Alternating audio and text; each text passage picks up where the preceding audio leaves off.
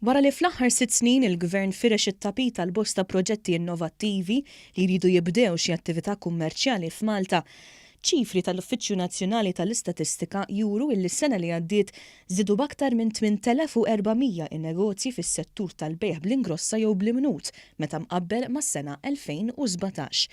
Iċ-ċifri tal-NSO li huma bbażati fuq ir-reġistru tan-negozji juru illi fl-2018 f'Malta kien hawn irreġistrati 113,256 negozju fis-settur tal-bejħ bl-ingrossa jew bl-imnut.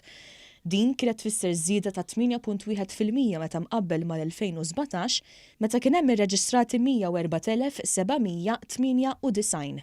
Joħroġ ukoll li l-akbar żiediet kienu rreġistrati fl-att ta' kumpaniji meqjusa żgħar li jħadmu bejn 10 u 49 ħaddiem.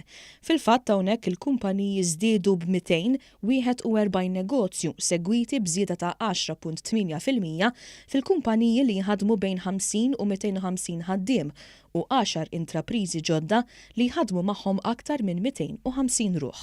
Bil-istatistika joħroġ ukoll li bejn l-2013 u s-sena li għaddiet l-intrapriżi l-ġodda f'Malta żdiedu b'aktar minn 36,200 intrapriża ġdida.